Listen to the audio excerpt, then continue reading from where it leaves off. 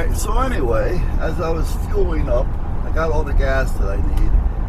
I still have the empty container of fuel, or diesel rather, because I either want to get a 5-gallon can of kerosene or a 5-gallon thing of this so-called off-road diesel that you boys are talking about. I got to become one of you good old boys. But meanwhile, while I'm at the gas station, two Brantford PDs went flying by, and my phone starts beeping. So there's an accident with injuries down the road here a ways.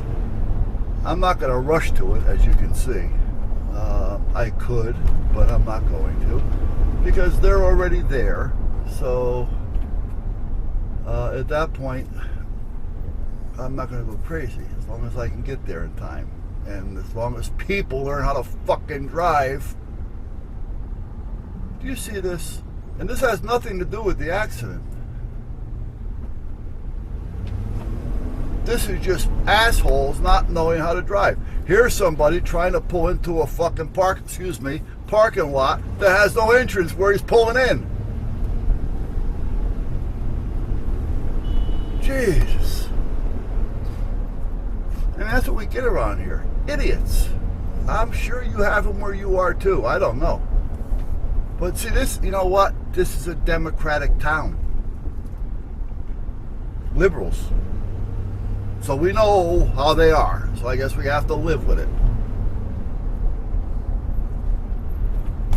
Now, I may just put on my lights just so I can get through this Fachim traffic. This is crazy. I mean, I am going on a call. And the call, believe it or not, is another 2 miles to 3 miles up the road. This is not due to the call. This is due to the Democrats, or what I call Dumbocrats. D-U-M-B. Ocrats. I mean, this is ridiculous. And it's 1 o'clock on a Friday. I mean, that could have something to do with it. But still, you don't know how to drive on the road with other people? Come on, get off it.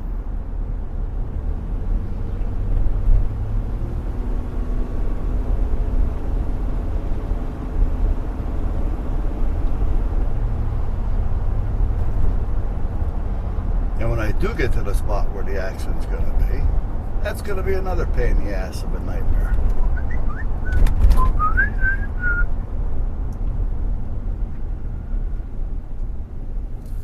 Alright, I just got another text, so let's see, what is it? 944 Main, that's a medical building. Detail, automatic fire alarm, commercial. Alright, well I can go to that one too if I want. Which one do I want to go to? I'm right in the middle of both of them. The accident one, I have to work if I go there. Do I feel like working? Not sure. You know what? We'll let the cops handle that. There was 2 of them on their way, so they can do the job. See, what happens is, for those of you who do or do not know what fire police supposed to do, it's a paid, you have to be sworn in, all that kind of stuff.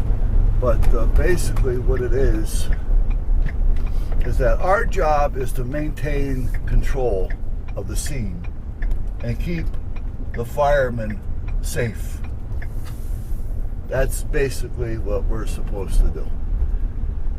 Keep the people moving, keep them away from the scene, keep them from getting in the way, and keep the safe environment so that the fire department can work safely without getting run over by a vehicle or mobbed by people, either or.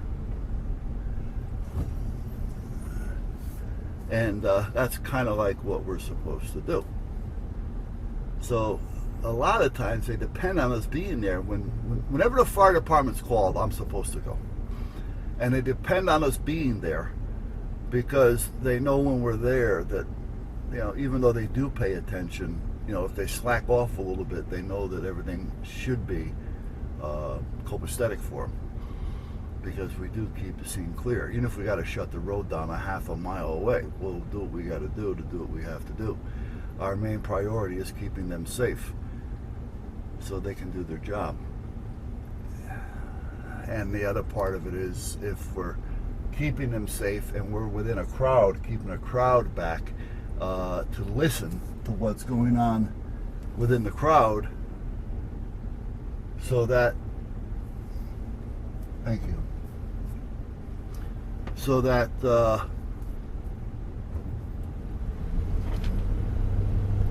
if we hear anything, like who may have started it, who was around, because people talk to one another, but they don't like talking to officials too much. So sometimes we kind of eavesdrop on the crowd.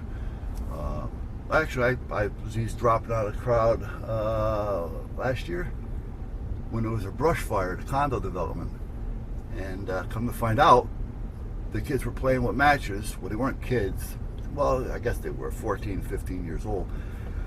They were playing with matches, so to speak. I'm thinking they were probably trying to light up a cigarette. But meanwhile, they were down in the woods. Next thing you know, the woods caught fire. The kids run out. The kid made the phone call to the fire department. Now, he didn't say that he did it. He said the woods were on fire, which was good. I mean, good hit, good move. However, nobody stepped forth with, who did it. Well, while I was within the crowd, keeping the crowd back, because the crowd wants to jump right into the fucking fire. They really do. What are you going to do? Stay away, all right? What do you want? Your eyebrows burnt off or something? But meanwhile, they're stupid. Stay back where it's safe. Let the people do the job. But meanwhile, I hear somebody say, yeah, it was the kid in that condo right there. Well, I'm standing right next to the condo, right? He says they were down there playing with matches or doing something, and the next thing you know, they came running up, and it was smoking, and he did call the cops, and that was it. So after it was over, I went over to the chief, and I said, Chief, I said, I heard in the background there that the kid in this condo right here is the one who started it. He goes, right here? He goes, yeah. He goes, that's the same person who called it in. Because they know who called it in. But they live in that same place. Well, come to find out, it was him. So they went and questioned him a little bit. They didn't want to scare the piss out of him. But there's a Google for a vehicle. But anyway, I call him Goober. They talked to him, and they realized that it was a mistake, so they gave him a little bit of slap on the hand, said, listen, you shouldn't be doing this, you shouldn't be playing with matches, for whatever reason, if you were trying to smoke, you shouldn't be smoking, these things go up, now all right, don't make us come out here again, and that's kind of how it worked out. So, all right, about another block and a half up the road.